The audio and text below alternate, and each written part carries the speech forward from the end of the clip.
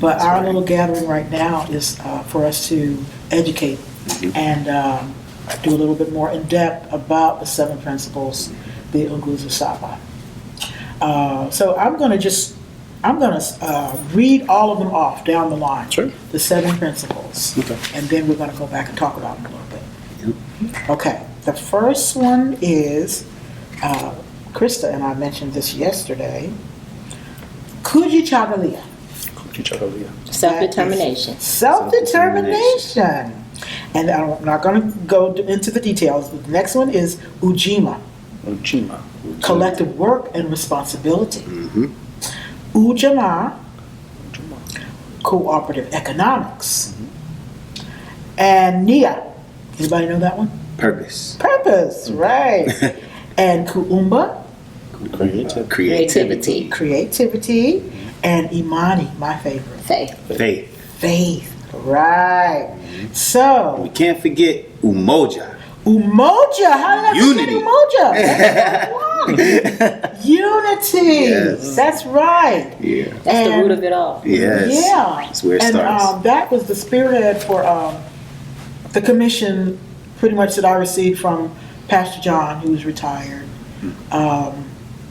Asked me what my perspective would be on University City intentionally becoming a multi-ethnic church. We did a video with Brian back just before I did my first sermon here.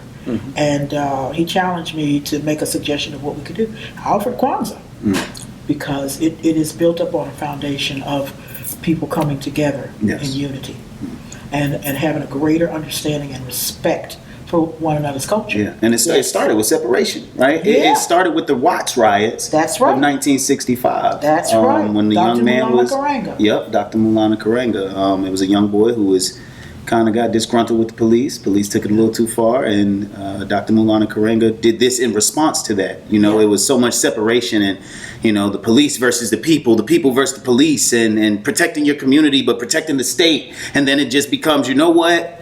How about we all just love each other? Right. How about we all come together and do something that we can all join in on? That's right. And be proud of, be yes. proud of. That's Yeah, right. so. That's right. And Dr. Mulana Karenga, he was, I forget the term, but he was someone who studied world cultures. And so he brought in many images and thought processes from like the Kanara staff for candle holding. He borrowed from the Kanara, no, the From Menorah. From the menorah. menorah Yes. of Hanukkah. Yep. So the Kanara is what holds the candles. Right. That's That right represent the 7 Kanara. principles of the Unguzu Saba. So, all right, so that's a lesson in itself, everyone. Now, let's talk about, okay, so that's unity. What the description in our Unguzu Saba description says is Umoja, unity is to strive for and to maintain unity in the family, community, nation, and race. Anybody want to say anything about that before we move on? Yes. To strive for and maintain unity in the family, community, nation, and race. Sometimes I think we forget that we're one race too, right? We are one race. Like we're the human race. Yes, and right? honestly, we are all mixed Yes. Yeah. with something. Yes.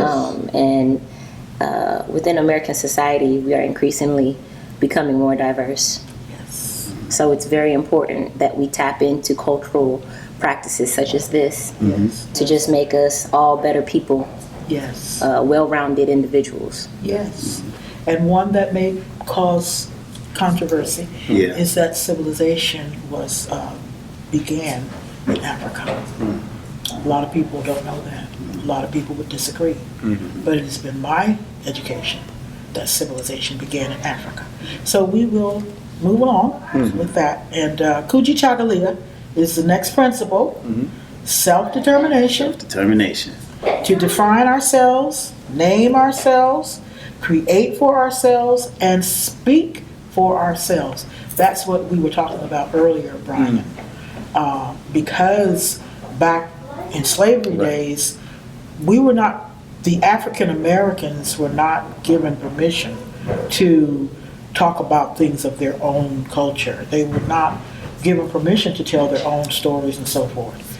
So the story is very important. The media got a hold to, things about us, and it has not always painted a very good picture of us. So it's very important that we tell our own stories, we tell our own histories. Yeah. Yeah. Anybody want to expound on that? I think sometimes that a lot of cultures or a lot of different people are placed in those boxes, right? This is a funny story. I was riding in a Uber. This might have been about 2 years ago, but I still remember this moment because it was the stereotypes that we have of each other. You know what I mean? Like it's so funny. And for you to say what you just said, it just made me remember like how you are portrayed in the media, or you are portrayed in certain aspects. And I was in this Uber with a Middle Eastern man, and he was just like, man, I love black people. He's like, I love black people. And I'm like, why? Like, what is like, he's like, because, all my life, I wanted to be athletic. I wanted to be strong. I wanted to be this. And in my country, that's what I see from you, is that black people are so athletic. They're so fast. They jump high. And it's a stereotype because I have a lot of black friends that don't play basketball, don't know a lick of it, don't know how to do it. You know what I mean?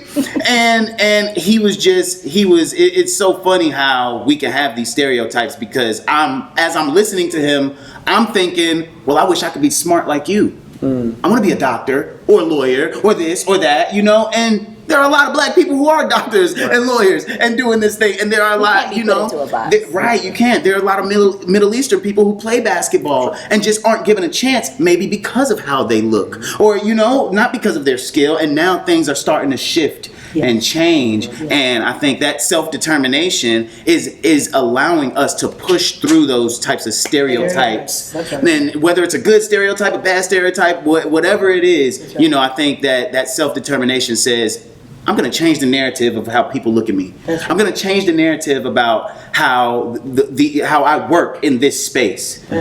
So very important. And you have young children, and as an elder, I am very concerned about us setting up positive perspectives for our children with such as the Kwanzaa. Some African American parents or they've lost sight of the importance of what those stories are that their elders are talking about, or the appreciation of their elders, because those elders saw what happened a long time ago. They were witness of those things, and they can teach the children the self-determination that we're talking about, that they can be a doctor, that they can be a lawyer. So that's another reason that the Kwanzaa is so important, because we lift high we have those expectations for our children. So that's importance of the self-determination. And it's also, not only, even though it's rooted within, it stemmed from African American culture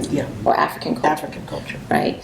But it's transient across any and every ethnic. That's right. That's real. And loving one another. Okay. And loving one another. If I could throw something in on the self-determination piece, it's fascinating to hear about this, because I hear that very much framed, and I think it's important to be framed, that you determine who you will be. Yes. And I think not only in how we portray ourselves to the world, but how we allow the world to tell us to see others. Yes. Right? Like you're saying with that man of, well, the world's telling you that this is what it looks like, but you can determine for yourself how you're going to see people, right? And that's how you're going to take people. I agree. That's right. I agree. So just that struck me as a right, Ryan. And when you have pride in yourself, you can do that. And that's another value that the Kwanzaa pushes, is pride. That you come from kings and queens. You didn't start with slavery. Okay, so don't let me get off on that. All righty, the next principle is ujima, collective work and responsibility to build and maintain our community together and make our brothers and sisters' problems our problems and to solve them together. What do you think about that? Collective work and responsibility, ujima. Well, I mean, there is no I in team. I think it's so very important, just as an educator myself, to instill in our young people the importance of working together, showing empathy towards one another, putting yourself in someone else's shoes, and treating others with respect and treating others how you would want to be treated. That's right. I think that Kwanzaa principle is, I mean, I think that's one of the strongest of them all. I mean, all of them are strong, right? But that's one that I hold dear to my heart. Just because I have been in situations where I might not have been treated fairly, or I might have been, just something might have ruffled my feathers, or I was offended because someone said something to me, and I'm like, would you want that to be said to you in this way? Or, and I've also heard stories of other people, just, oh my God, there's countless number of stories of people being treated wrongly that you see in the media, news, right? And I know that if I can be an agent of change, there are so many, all of us just work together, one by one, just focus on what your part can be in changing the world, and one person at a time. What's that song that you always sing during the contemporary session? One person at a time. One person at a time. I hold that dear to my heart, which is why one of the reasons, one of the primary reasons I'm a teacher.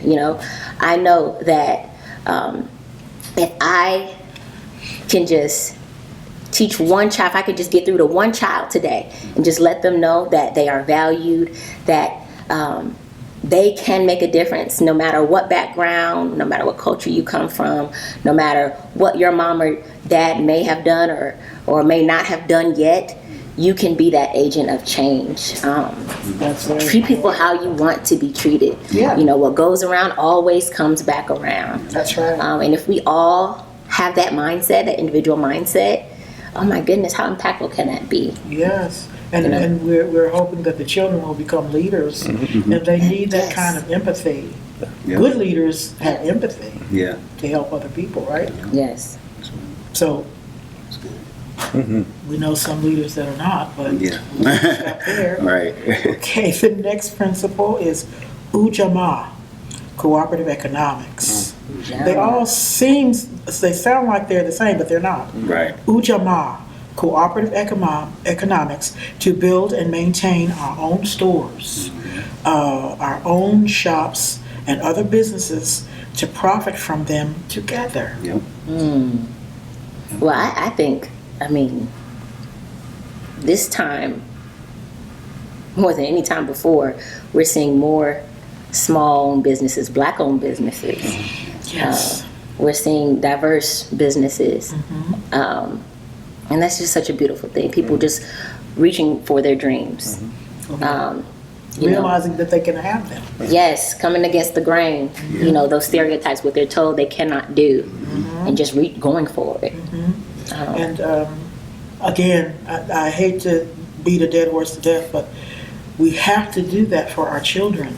Yes. Helping them to have that mindset that they can have their own business. Teaching them more than just getting a job. Yes. Learning to get a job.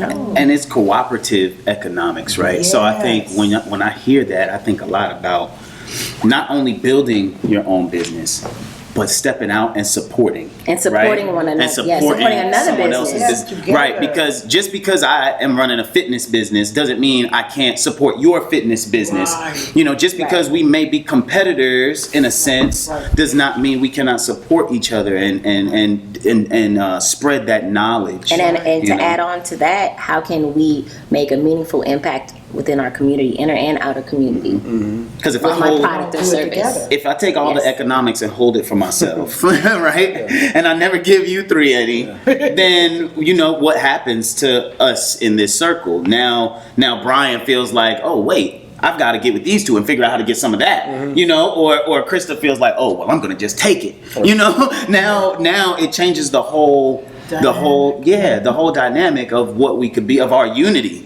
Because now someone's being greedy, or so we have to continuously stay cooperative in those finances, in a sense. In unity, there's strength. Yes. Right.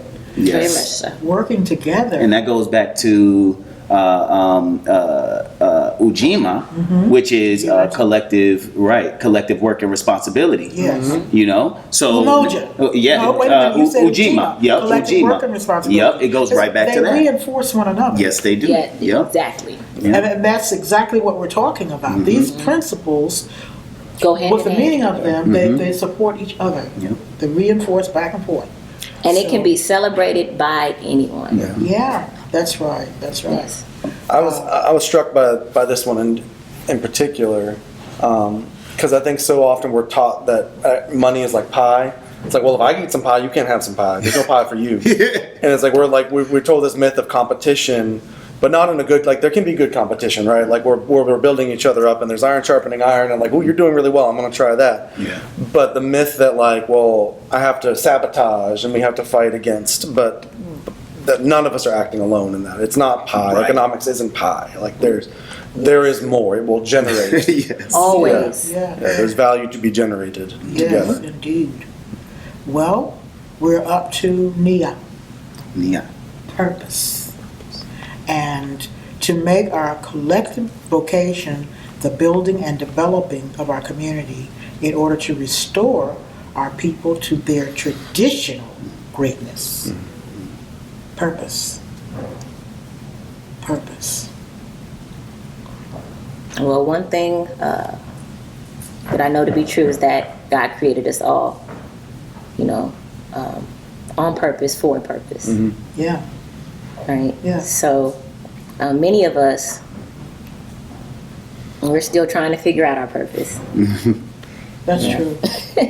Yeah. I mean, honestly, I know my purpose, but sometimes I'm like, Lord, am I missing something? What should I do next, Lord? I'm continuously leaning on Him to lead, guide, and direct me. But purpose drives passion.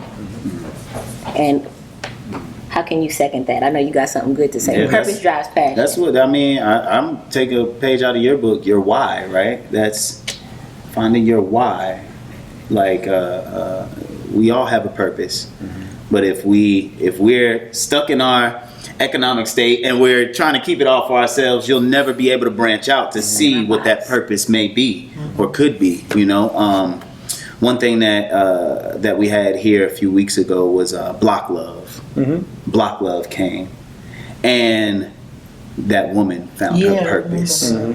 Oh my goodness, she's doing so much for the community, and it's just that is everything we just said up right there, up until purpose.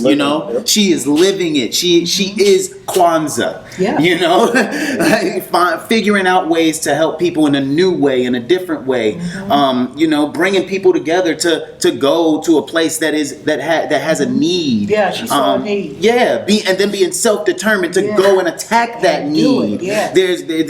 So it's like no matter the obstacle. No matter the obstacle. So if you follow those first, what are we on? 4 principles, 5. Yeah, the first 4 principles before you get to Nia, and boom, you're right on track for your purpose. Yeah. So yeah. Excellent. Brian, did you want to add anything to that? No, man. Sounds awesome. That sounds awesome. Well, the next one is Kuumba, and it is what you guys did today, creativity, and that is so much a part of Kwanzaa, and I thank you over and over. It says to do always as much as we can in the way we can in order to leave our community more beautiful and beneficial. I'm reading, that's the right one. Then we inherited it. That's right. That's creativity. right. So we had an example of that today. It certainly left a beautiful impression, more beautiful than, mean, what we had, we thought was beautiful, right? We just moving and on. But then, guys, you came and put the ice cream sauce. Thank you. Yes, indeedy, weedy, teedy. And if you haven't seen it yet, I'm not sure where that creativity is going to fall in these videos, but it's going to be there. They're going to share a beautiful piece with us. Yeah. Definitely. I mean, but creativity just drives purpose. I mean, Everything. it drives everything. Yeah. It does. And like, it's so important that we instill in our youth the importance of self-determination and collective work and responsibility, working with one another, being unified with those that might be different from you or that are different from you, have different backgrounds and different faiths. And that's absolutely what we are doing here at University City. Very much so. That's our The mission. original challenge, Pastor John Ball's got his aspiration from the headquarters, right? That the church should be intentional about becoming a multi-ethnic church. And the church was already trying to do some things. But he approached me and asked me, you know, he had gotten my background from Pastor Lisa and saw that I did a lot of cultural things. And so this is the evidence that's coming into fruition of his aspiration to want to become a intentional multi-ethnic church. For his need for umoja, right? Yeah. For his need for unity. That's right. Yeah. And on the first taping, Brian and I had the pleasure of sitting with 11 children, and they were saying their hearts and just blessing me. And one of the little girls, she's a Caucasian little girl, she said, so what you're saying is that we should be trying to do unity, right? I think, did she say unity or another term? I'm trying to remember. I'd have to go back and look at it. But it meant unity. And I almost burst out crying. Because this was a child. Out of the mouth of a baby. Yes, that just got it after we had just done a few things. Yeah. She just got it and said, I said, that is it. That's the whole thing in a nutshell. So it's happening. It's becoming fruition. What I love about the creative sides, I think everything we just named is its own creative thing, right? And is creating beauty, is making it a more beautiful place. Yes. Whether it's filming something, whether it's sharing art, whether it's just having a conversation, right? It's leaving, we hope, ourselves, our place, our community more beautiful than it was. Yes. And I know we're not always, like, I don't know, it's frustrating to turn on the news. It's not beautiful necessarily. You know, that's not the thing that we're rewarded for. But it's out there, and it's out there so much. And when we get out into the community, when we get to have conversation together, we see it, we learn it, we find it more and more. Yes. I think about Kwanzaa and what it means. First fruits. And that is the best. First fruits is the best of what we have to offer. It is coming together to celebrate as a lifestyle what the Creator has blessed us with for the year. Like you think about agriculturally, the farmers, the African people, they benefit from, you know, cultivating the earth and the animals and everything working together. And then at this time, that's a good point. they celebrate and they thank the Creator. I mean, this is not a religious situation, but it is a celebration of culture and life. And so that's what Kwanzaa, the word, means, first fruits. The best of what we have. We're going to come together, celebrate, and give to one another the best of what we have to offer. Absolutely. And make it with our hands, make it with our mouth. Or with whatever you have. And, Right. and you know, some people say, oh, well, I'm book smart, I'm not creative. Well, you're creative in some sense, in some capacity, because you know, as a EMS or as a first responder, you may have learned a certain way, but you've got to be creative sometimes on the spot. You know, it goes the same for my profession. I'm a personal trainer. I can teach you the same exercise 100 times, but until I'm a little creative to change it up a little bit, then your muscles will change. You know, exactly. I have to be a little more creative that day or that time in order to help you reach your goal. And I think every person in every field has a moment where they have to be creative to help or to make something else happen, whether you realize it or not, you know. right. And so everyone should be able to take hold of that creativity and use your light. Exactly. Kwanzaa. Add it to the world. That's Kwanzaa. Yeah. That's right. That's Kwanzaa Kwanzaa. is a way of life. Yes. I taught it a long time ago, a workshop called 360 Degrees of Blackness, but it was actually talking about Kwanzaa being a way of life, rather than just the celebration from December the 26th through January the 1st. Right. These principles are for them to be incorporated into your life every day. Yep. Yep. So that's what Kwanzaa is. And then my favorite one, the last one, Imani. Imani. Faith. And to believe with all our heart in our people, our parents, our teachers, our leaders, and the righteousness and victory of our struggle. And if we don't have faith like that, we'll just sit in a muddle, just sit in one place, and not use what we've been given to bless ourselves or bless others. Faith is the encouragement, the inner encouragement. That's the fuel. Yeah. The inner encouragement that we need to use what we got. Yeah. Use what we got. Imani, along with the other works, the other principles. Imani, with all of the others. That's right. I mean that equates to greatness and just making this world a better place. Yeah, I thank God And that's the goal. for Dr. Malaya Karenga, because his vision. Now, a lot of people in Africa didn't know about this. A lot of people in America, a lot of African Americans in America don't know about this. And of course, you know, a lot of our white sisters and brothers don't know about it. So it's our responsibility to tell the story, pass it on. Yeah.